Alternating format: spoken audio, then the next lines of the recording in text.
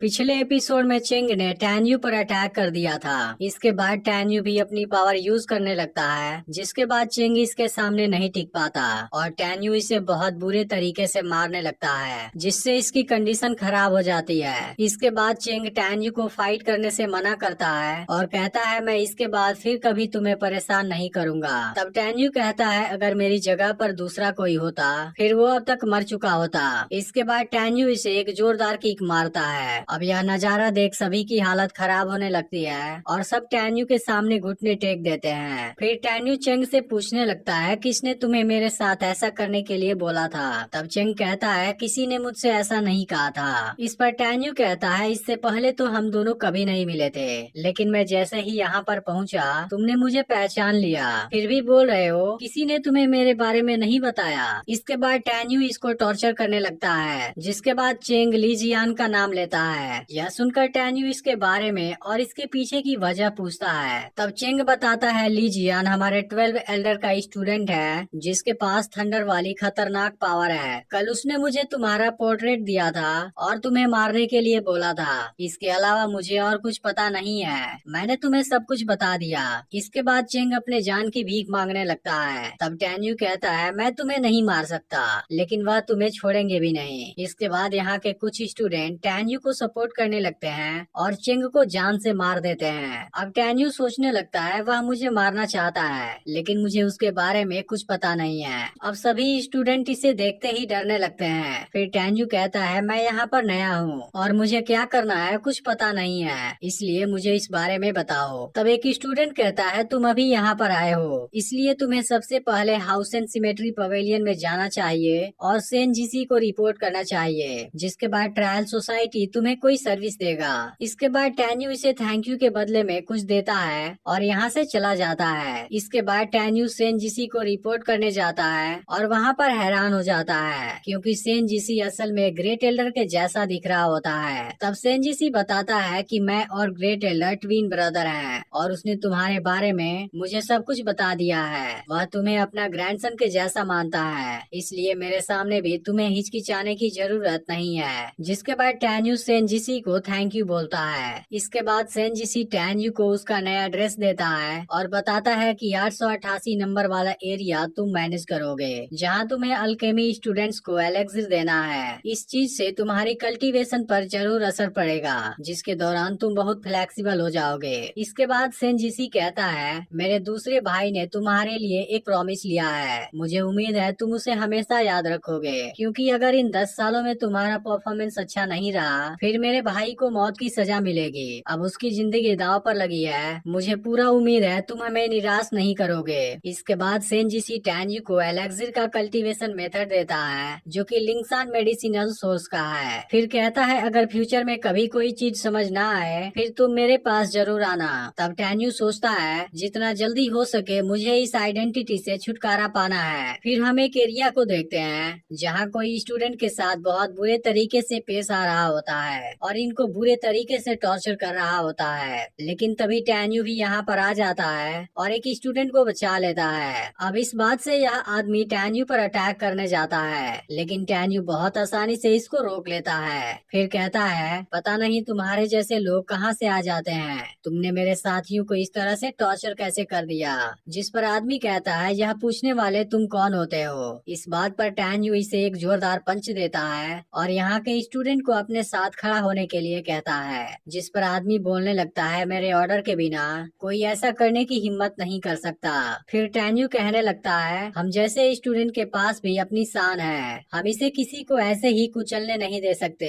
यह सुनकर इसमें से एक स्टूडेंट खड़ा हो जाता है, क्योंकि इसे अब टैन्यू की बात समझ आ गई थी और वह अपने सभी साथियों को भी खड़ा हो जाने के लिए बोलता है। इस तरह यह सब इस आदमी के खिलाफ खड़े हो जाते हैं, लेकिन यह आदमी अब इनको कीड़े मकोड़े बोलने लगता है और इन पर अटैक करने आता है। लेकिन टैन्यू स्टूडेंट को बचा लेता है और कहता है भले ही तुम मुझे एक चींटी समझते हो, लेकिन मैं तुमसे भी पावरफुल हूँ। यह सुनकर सामने वाला आदमी बहुत ज्यादा गुस्सा हो जाता है और टैन्यू पर किसी चीज से अटैक करने जाता है, जिस पर टैन्यू कहता है यह तो चीट हो रहा है कि अटैक को बहुत आसानी से रोक देता है, जिसे देख सीनियर हैरान हो जाता है और कहता है मेरे डेंडिंग क्रशिंग पावर को रोकना इतना आसान नहीं है, लेकिन आखिर तुम इससे भी पावरफुल कैसे हो। इसके बाद टैन्यू इसी चीज से सीनियर पर अटैक कर देता है, लेकिन वह इसके डायरेक्शन को मोड़ देता है और टैन्यू पर अटैक करने जाता है। लेकिन तभी टैन्यू ऊपर चढ़ जाता है और अपने एक पावरफुल अटैक से वहाँ के माउंटेन को तोड़ देता है, जिसे देख सीनियर की हालत खराब होने लगती है। फिर टैन्यू कहता है, तुम जैसा आदमी मुझे मारने का सपना देख रहा है। तब सीनियर कहता है, तुम्हारा फिटल सोल कोई खास एबिलिटी वाला नहीं है, फिर भी तुम इतने पावरफुल कैसे हो। इसके बाद वह कोई सीक्रेट टेक्निक यूज करता है और यहाँ से किसी और जगह पर चला जाता है। फिर कहने लगता है, मैं तुम्हारा सरनेम टैन याद रखूंगा और इस बारे में अपने बड़े भाई से बताऊंगा, जिसके बाद मेरा भाई तुम्हारा सफाया कर देगा। लेकिन तभी टैन्यू कहता है, इस बारे में तुम सोचना भी मत, क्योंकि अगर तुम अपने ग्रैंडफादर के पास भी गए फिर भी नहीं बच पाओगे। अब टैन्यू को यहाँ देख सीनियर की हालत खराब हो जाती है और पूछता है, तुम्हारी स्पीड मुझसे फास्ट कैसे हो सकती है। जिसके बाद हम देखते हैं कि टैन्यू की आंखें रेड हो गई हैं। इधर सभी लोग टैन्यू के बारे में चिंता कर रहे होते हैं, लेकिन तभी टैन्यू उड़ता हुआ यहाँ पर आता है और सीनियर को नीचे फेंक देता है। जिसके बाद यह सब उसे उल्टा लटका देते हैं। फिर जब इसको होश आती है तब यह काफी हैरान हो जाता है और कहता है, आखिर तुम लोग चाहते क्या हो। तब टैन्यू अपने सभी साथी स्टूडेंट से कहता है, तुम्हें डरने की जरूरत नहीं है। इसके और इसके जैसे बाकी लोग पूरी शान से जीते हैं, लेकिन क्या हम केवल सरवाइव करने के लिए अपनी शान को छोड़ देंगे। कुछ समय के लिए तो यह सही है, लेकिन हम इसे हमेशा के लिए नहीं छोड़ सकते। अगर फिर भी तुम सब ऐसा करते हो, इसका मतलब है तुम्हारा खून सूख चुका है और तुम्हारे अंदर कोई हिम्मत नहीं है। लेकिन अब अपॉर्चुनिटी तुम्हारे सामने है, तुम खुद को डरपोक साबित कर दो या फिर इस कोड़े को उठाओ और इस आदमी से अपने अपमान का बदला ले लो। यह बातें सुनने के बाद एक स्टूडेंट कोड़ा उठा लेता है, जिसे देख सीनियर की हालत खराब होने लगती है। लेकिन यह स्टूडेंट अब कुछ नहीं सोचता और अब अपना बदला लेने लगता है। फिर कहता है, हमारी भी कुछ शान है और हम भी अपना रिस्पेक्ट चाहते हैं। तुम हमेशा हमें टॉर्चर नहीं कर सकते। तुम्हारे ही टॉर्चर करने की वजह से हमारा एक साथी मारा गया। यह सुनकर एक और स्टूडेंट आता है और टैन्यू को उसकी खोई हुई रिस्पेक्ट दिलाने के लिए थैंक यू बोलता है और फिर इसके ऊपर कोड़े से अटैक करने लगता है। यह देख बाकी स्टूडेंट के अंदर भी जोश आ जाता है और वो भी एक एक करके अपना बदला लेने लगते हैं। फिर यह सीनियर कहता है, ऐसा करने की तुम्हारी हिम्मत कैसे हुई। मेरा नाम ली जी क्वान है और मेरा बड़ा भाई ली जियान है, जो तुम सभी को नहीं छोड़ेगा। फिर एक स्टूडेंट कहता है, ली जियान 12 ओल्ड मास्टर का एक स्टूडेंट है, जिसके पास सेंगपिन स्पिरिट की क्वालिफिकेशन है और उसकी उम्र 109 साल है, जो पूरे 1000 स्टूडेंट में रैंक 9 पर आता है। इसके बाद टैन्यू जी क्वान के पास आता है। तब यह टैन्यू से कहता है, मैं ली जियान का भाई हूँ, लेकिन टैन्यू इसे पनिशमेंट देने लगता है। जिसके बाद जी क्वान इसे रुक जाने के लिए कहता है। तब टैन्यू पूछता है, तुम्हारे भाई ने मुझे मारने की साजिश क्यों रची थी। यह सुनकर जी क्वान समझ जाता है कि यह टैन्यू है और फिर कहता है, मुझे इस बारे में नहीं पता। यह सुनकर टैन्यू इसे और भी टॉर्चर करने लगता है। जिसके बाद जी क्वान सब कुछ बताने के लिए तैयार हो जाता है और कहता है, तुमने आउटर गेट के लॉ एनफोर्समेंट एल्डर को मारा है, शायद इसके पीछे की वजह यही हो सकती है। इसलिए इनर गेट के लॉ एनफोर्समेंट एल्डर और उसके स्टूडेंट लियांग चेंग टियान ने मेरे भाई को खोजा, जिसके बाद मेरे भाई ने तुम्हें मारने के लिए चेंग न्यू को अरेंज किया। इसके बाद यह लोग जी क्वान को फ्री करते हैं और फिर नीचे फेंक देते हैं। जिसके बाद टैन्यू कहता है, अगर तुम फिर कभी एलेक्सिर लेने आए और इन लोगों ने उसे समय पर तैयार ना कर पाया हो, तब तुम उनको अपना कोई ओपिनियन दे सकते हो। लेकिन अगर तुमने इनको पीटा या फिर ह्यूमिलेट किया, फिर यह तुम्हारे लिए भी सही नहीं होगा। यह सुनकर जी क्वान इसकी बात मान जाता है। तब टैन्यू उसे सबके सामने झुकने और अपनी गलती एडमिट करने के लिए कहता है। जिसके बाद जी क्वान बिल्कुल ऐसा ही करता है और टैन्यू इसे यहाँ से जाने देता है। इस पर एक स्टूडेंट कहने लगता है, तुमने उसे जिंदा क्यों जाने दिया,